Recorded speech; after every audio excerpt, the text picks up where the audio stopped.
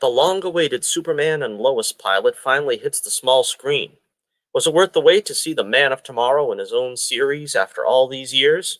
Find out when Johnnie Torch reviews Superman and Lois.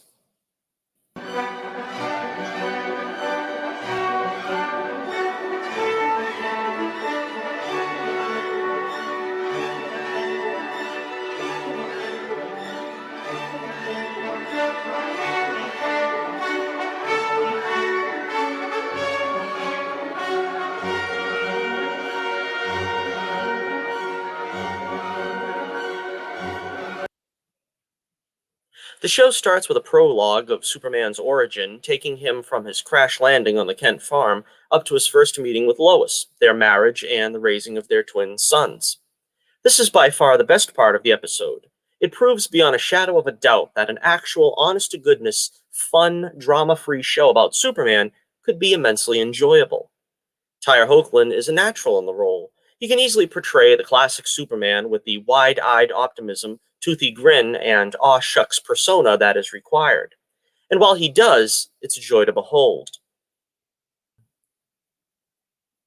They even pay tribute to the original Siegel and Schuster costume, and the fact that his mom made it, which I thought was a nice touch.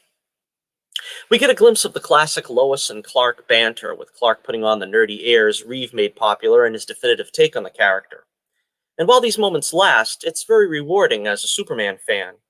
This is something we've looked forward to, nay, earned after several decades of subpar Superman in live action. Unfortunately, it's not to last, because, well, this is the CW after all, and what did you expect?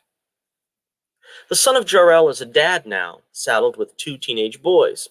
And if you don't know how that's bound to go down on a CW show, as someone once said, where the heck have you been, Mac? A desert island? Jonathan is the all-American kid, athletic, boyish good looks, in short, the kind of kid you'd expect Superman's kid to be.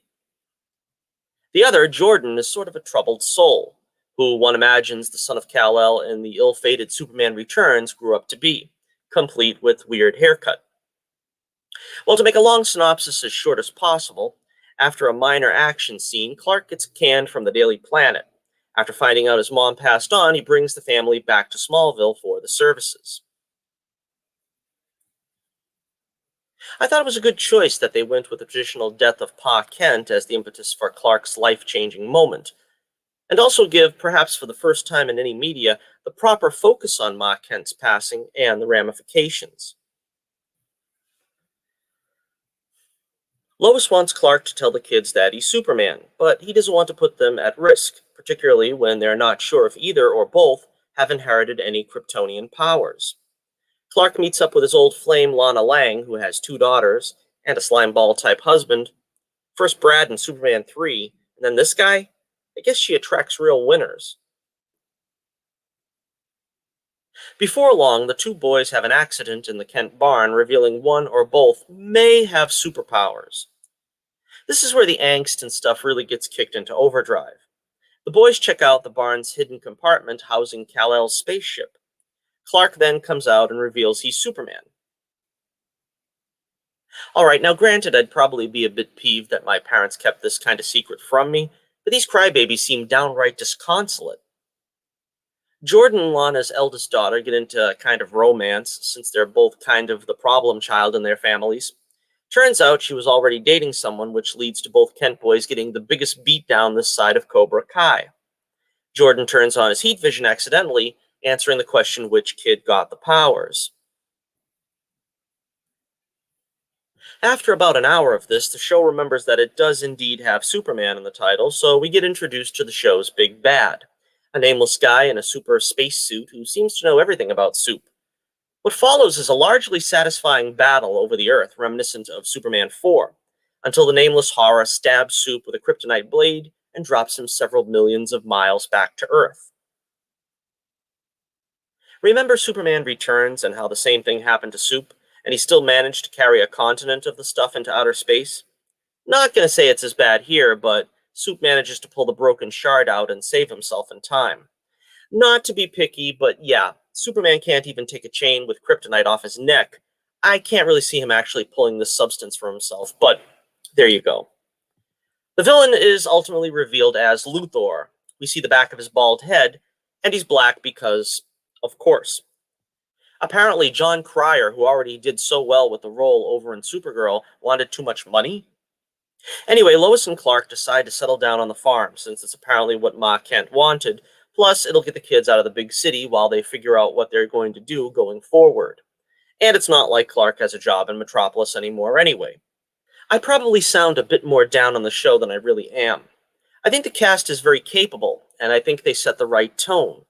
It's not, at least as of now, overly woke or saddled with the look how progressive we are gimmicks of a Supergirl or Batwoman.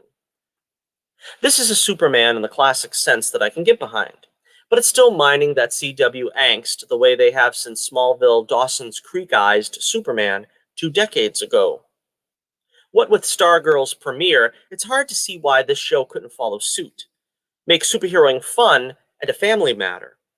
It worked there and is bound to work even more here without the constant need to wring angst from the mill. Elizabeth Tulloch's Lois doesn't get all that much to do. She did a decent job in the Crisis episode, so I believe she's capable. While she doesn't get much chance here to play spunky journalist, her main role is to support Clark, which is surprisingly sweet and very much in character. The biggest issue is, as I surmised when this premise was announced, how interesting can it be to pick up the story after all the best parts have been played? I've always maintained that fairy tales always end with a wedding and they lived happily ever after, because do we really want to see a Superman who's taking crap from his in-laws, dealing with petulant kids, and trying to still maintain the life as Earth's greatest hero? Frankly, it'll all depend on how much focus they put on Superman himself, how annoying the kids continue to be, and if the writers are brave enough to take inspiration from the over 80 years of Superman stories before them. I'm giving Superman and Lois 3 stars out of 5, or a C+. Until next we meet, this is Johnnie Torch reminding you once again, keep the flame burning brightly, and I'll be with you again real soon.